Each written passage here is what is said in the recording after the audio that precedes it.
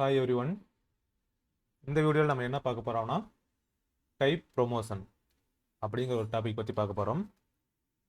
போன வீடியோவில் வந்து பார்த்தீங்கன்னா டைப் கேஸ்டிங் பார்த்தோம்ல, அதாவது ப்ரிமிட்டிவ் டேட்டா டைப்புக்குரிய டைப் கேஸ்டிங் பார்த்தோம். இப்போ இந்த வீடியோவில் வந்து டைப் ப்ரொமோஷன். ஸோ அப்படின்னா என்ன அப்படின்னா, உதாரணத்துக்கு நம்ம ஒரு 2 வேல்யூவை ஸ்டோர் பண்ணுறோம், ஓகேவா? 2 வேல்யூவை சம் பண்ணுறோம்னு வச்சுக்கோங்க.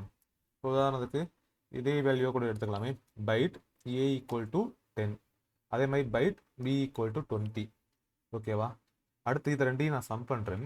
ஏ ப்ளஸ் பி அப்படின்னு சம் பண்ணிட்டு சி அப்படிங்கிற ஒரு வேரியபிளில் ஸ்டோர் பண்ணுறோம். ஸ்டோர் பண்ணிவிட்டு பைட் அப்படிங்கிற டேட்டா டைப்பில் என்ன பண்ணுறோம், டிக்ளேர் பண்ணுறோம். இந்த மாதிரி நம்ம ஸ்டோர் பண்ண ட்ரை பண்ணுறோம்.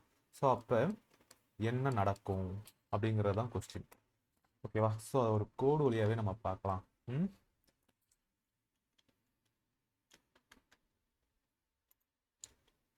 Type promotion. ஸோ அதுக்கு ஒரு கிளாஸ் கிரியேட் பண்ணிக்கலாம். நமக்கு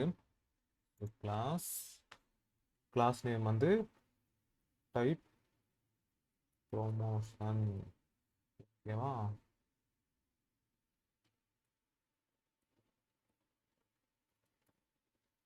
ஸோ எனக்கு ஒரு மெயின் மெத்தட் வேணும், அதையும் டிக்ளேர் பண்ணிடுச்சு. ஸோ வந்துடுச்சு. Okay okay.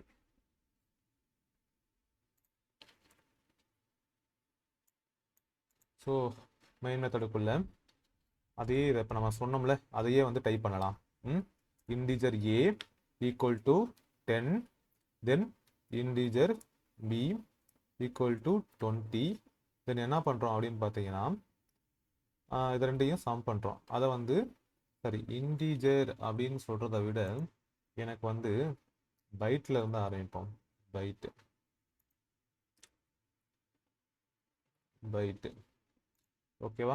Then byte C equal to A plus B அப்படின்னு நம்ம ஸ்டோர் பண்ண ட்ரை பண்ணோம் அப்படின்னா, கம்பைல் டைம்லேயே என்ன பண்ணும், எரர் த்ரோ பண்ணும்.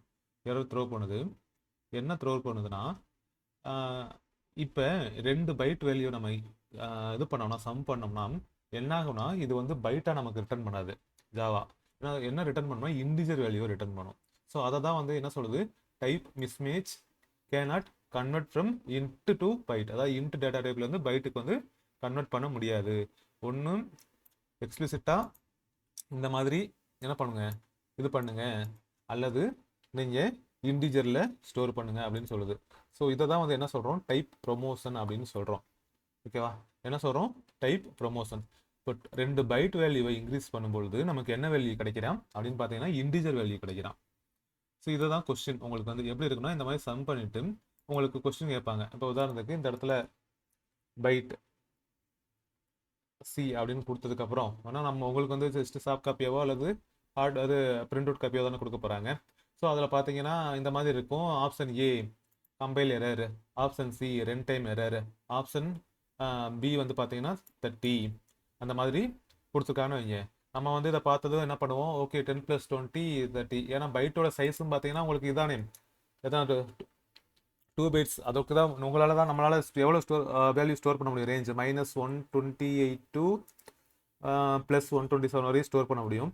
ஆனால் இங்கே பார்த்தீங்கன்னா 10 + 20 அப்படிங்கிறது 30 தான். ஸோ ஏன் 30க்குள்ளே தான் ஸ்டோர் பண்ண முடியுமே அப்படிங்கிற லாஜிக்கை நம்ம ஃபாலோ பண்ணுறப்ப இதுக்கு 30 தான் வேல்யூ கிடைக்கும், அவுட்புட்டாக கிடைக்கும் அப்படிங்கிறத நம்ம ஆன்சராக இருக்கும். பட் பை டிஃபால்ட்டாக ஜாவா என்ன பண்ணுது அப்படின்னா, 2 பைட் வேல்யூவை நம்ம சம் பண்ணும் பொழுது என்ன ஆயிடுதுன்னா, அது திரும்ப நமக்கு ரிட்டர்ன் பண்ணுறது இன்டீஜர் அப்படிங்கிற டேட்டா டைப்புடைய வேல்யூ, ஓகேவா? ஸோ இதை தான் நம்ம என்ன சொல்கிறோம், டைப் ப்ரொமோஷன் அப்படின்னு சொல்கிறோம்.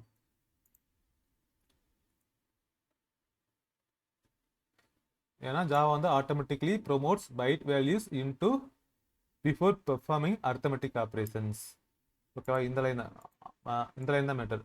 பெர்ஃபார்ம், அதாவது before performing arithmetic operations.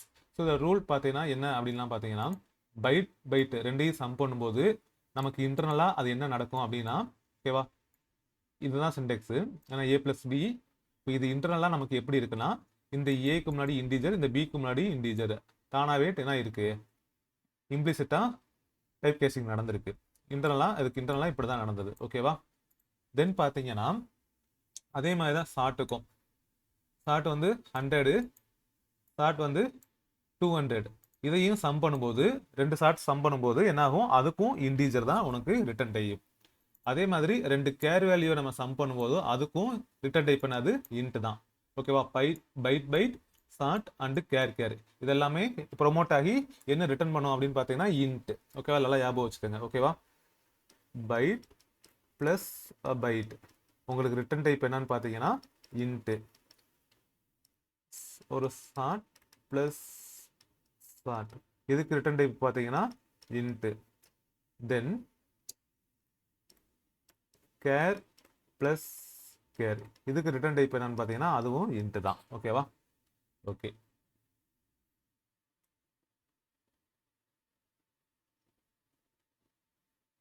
So உங்கள்கிட்ட வந்து இந்த கொஸ்டினை பாருங்க.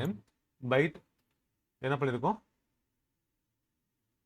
பைட் B10 அப்படின்னு டிக்ளேர் பண்ணியிருக்காங்க. தென் B + 1 மறுபடியும் எதை ஸ்டோர் பண்ணுறோம், Bயில் ஸ்டோர் பண்ணுறோம். ஓகேவா? ஸோ இது வந்து கம்பைல் ஆகுமா அப்படின்னு கேட்டால் என்ன ஆன்சர் அப்படின்னா நோ தான். வேணா இந்த கூட நம்ம அப்படியே செக் பண்ணுவோம் எரர் அடிக்குதா இல்லையான்னு. ஓகேவா?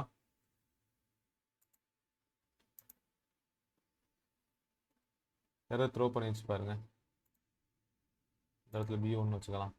என்ன த்ரோ பண்ணிச்சு அப்படின்னு பார்த்தீங்கன்னா இதுவும் உங்களுக்கு இன்டீஜராக தான் இது பண்ணலாம். ஓகேவா? ஏன்னா ஒரு பைட் வேல்யூ ப்ளஸ் 1 அப்படிங்கிற இன்டீஜர் வேல்யூ. ஓகேவா? ஒன்று வந்து இன்டீஜராக கன்சிடர் பண்ணாலும் ஓகேவா, இங்கே பைட்டு B1 வந்து பைட்டு, இந்த ஒன்று வந்து இன்டீஜர். இது ரெண்டையும் சம் பண்ணும்போது நமக்கு என்ன ரிட்டர்ன் பண்ணணும்னு பார்த்தீங்கன்னா இன்டீஜர் தான் ரிட்டர்ன் பண்ணும். ஓகேவா? ஸோ ஒருவேளை கரெக்டாக வேணும்னா நமக்கு என்ன பண்ணணும், எக்ஸ்பிளிசிட்டாக கரெக்ஷன் கொடுக்கணும். அதாவது எக்ஸ்பிளிசிட்டாக நமக்கு டைப் கேஸ்டிங் பண்ணணும். அல்லது இந்த மாதிரி இன்க்ரிமெண்ட் பண்ணும்போது பிரச்சனை இருக்காது. ஓகேவா? இந்த மாதிரி இன்க்ரிமெண்ட் பண்ணும்போது இப்போ ஒன்று ஃபஸ்ட்டு என்ன பண்ணலாம்னா இந்த மாதிரி எக்ஸ்டர்னலாக நீங்கள் பண்ணலாம். ஓகேவா? இப்போ எரர் அடிக்காது. எய்தரார் ஓகேவா, எய்தரார் நீங்கள் ஒரு ஒன்றை தான் இன்க்ரிமெண்ட் பண்ணணும் அப்படின்னா நீங்கள் என்ன பண்ணலாம்னா B1 ++. ஸோ இது ரெண்டுமே எரர் த்ரோ பண்ணாது. ஸோ இந்த மாதிரி ஒரு இன்டீஜர் வேல்யூ ப்ளஸ் ஒரு பைட் வேல்யூ சம் பண்ணும்போது தான் உங்களுக்கு என்ன வரும், இன்டீஜர் அப்படிங்கிற ரிட்டர்ன் டைப்பில் உங்களுக்கு வேல்யூ ப்ரொமோட் ஆகும். ஓகேவா? இது ஃபர்ஸ்ட் ரூல். ரெண்டாவது ரூல் பார்த்தீங்கன்னா எக்ஸாக்டாக எப்படி சொல்லணும்னா இப்போ உதாரணத்துக்கு பைட் அப்படிங்கிற ஒரு டேட்டா டைப்பில் ஒரு வேல்யூ இருக்குது. Byte B = 10. அடுத்து பார்த்தீங்கன்னா integer I = 5. Then B + I அப்படிங்கிறது கொடுக்குறோம் அப்படின்னா இங்கே என்ன வேல்யூ இருக்குது அப்படின்னா ரிசல்ட் அப்படின்னு ஒரு R அப்படிங்கிற ஒரு வேல்யூ இருக்குது. இதோட ரிட்டர்ன் டைப் என்னவா இருக்குன்னு பார்த்தீங்கன்னா இன்ட். இதை எப்படி நம்ம ஞாபகம் வச்சுக்கலாம்னா பைட் அப்படிங்கிறது என்னதுப்பா, இதோட சைஸ் பார்த்தீங்கன்னா 2 பைட்ஸ். Okay, 2 bytes. இதோட சைஸ் பார்த்தீங்கன்னா 4 பைட்ஸ். இந்த மாதிரி எப்போ லார்ஜஸ்ட் டேட்டா டைப் வந்து இந்த மாதிரி அர்த்தமெட்டிக் ஆப்ரேஷனில் உங்களுக்கு வந்து என்ன ஆகுது, இன்வால்வ் ஆகுதோ அந்த கேஸில் எது லார்ஜஸ்ட் டேட்டா டைப்போ அதுதான் உங்களுக்கு ரிட்டர்ன் டைப். ஓகேவா? ஸோ இதே இதில் பாருங்க, இன்டீஜர் A = 10. தென் பார்த்தீங்கன்னா இன்டீஜருக்கு அடுத்த பெரிய சைஸ் என்னப்பா, லாங். ஓகேவா? இப்போ லாங் அப்படிங்கிற டேட்டா டைப்பில் L, இதில் ஒரு 15 அப்படின்னு ஒன்று இருக்குது. இப்போ A + L அப்படிங்கிற ஒரு வேல்யூ இங்கே ரிசல்ட் அப்படிங்கிற ஒரு வேரியபிளில் ஸ்டோர் பண்ணும்போது இங்கே இன்ட்டா அல்லது லாங்கா அப்படின்னு ஒரு கொஸ்டின் வந்துச்சுன்னா உங்களுக்கு இப்போ தான் நான் சொன்னேன் ரெண்டில் எது பெரிய டேட்டா டைப் சைஸு. ஓகேவா? இதை வந்து எல்லுன்னு சொல்லணும். எதுப்பா பெருசு, லாங் தான் சைஸ் பெருசு. அப்போ உங்களுக்கு இங்கே என்ன ரிட்டர்ன் டைப் வரும், லாங் தான் ரிட்டர்ன் டைப்பாக வரும். ஓகேவா?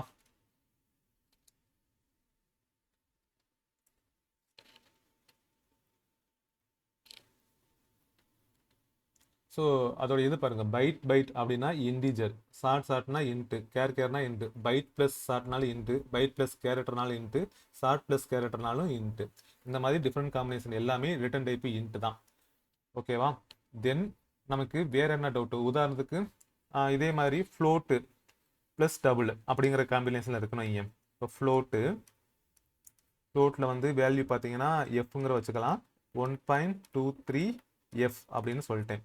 தென் டபுளில் D 3.14. ஓகேவா? டபுளுக்கு நம்ம சஃபிக்ஸ் கொடுக்குங்கிற அவசியம் இல்லை. தென் என்ன பண்ணுறோம், F + D அப்படின்னு சம் பண்ணிவிட்டு ரிசல்ட் அப்படிங்கிற வேரியபிளில் இது பண்ணதுக்கப்புறம் இங்கே என்ன டேட்டா டைப் ரிட்டர்ன் பண்ணோம்னா என்ன பண்ணும், அதாவது யோசிங்க, ஃப்ளோட் இதுக்கு வந்து 4 பைட்ஸ் சைஸு, ஓகே, இதுக்கு பார்த்தீங்கன்னா 8 பைட்ஸ். ஓகே, எதோட சைஸ் பெருசாக இருக்குது அதுதான் நமக்கு ரிட்டர்ன் டைப்னு சொன்னோம். அப்போ ரிட்டர்ன் டைப் என்னது, டபுள்.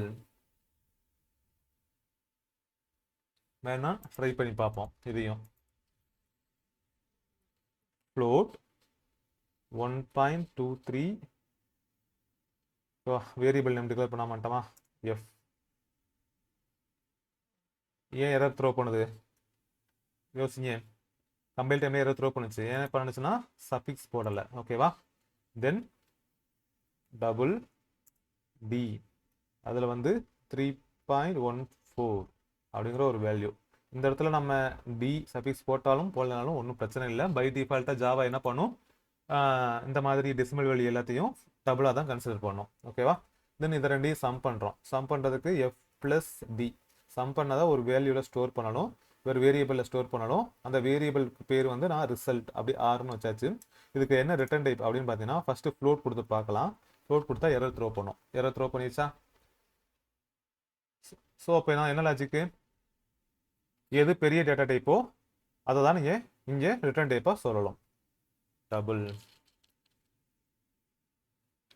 ஓகேவா. இதுக்கு பேர் தான் என்னது, டைப் ப்ரொமோஷன். அது இந்த ஹைராரிக்கியை தான் ஃபாலோ பண்ணுது, ஓகேவா. ஏதாவது டவுட்னா கமெண்ட் பாக்ஸில் சொல்லுங்கள். இது போதும் இதோட, ஓகேவா. தேங்க்யூ. அடுத்த வீடியோவில் பார்த்தீங்கன்னா நம்ம என்ன பார்க்குறோம்னா ஆப்ரேட்டர்ஸ் பற்றி பார்க்க போகிறோம், ஓகேவா. Okay, thank you.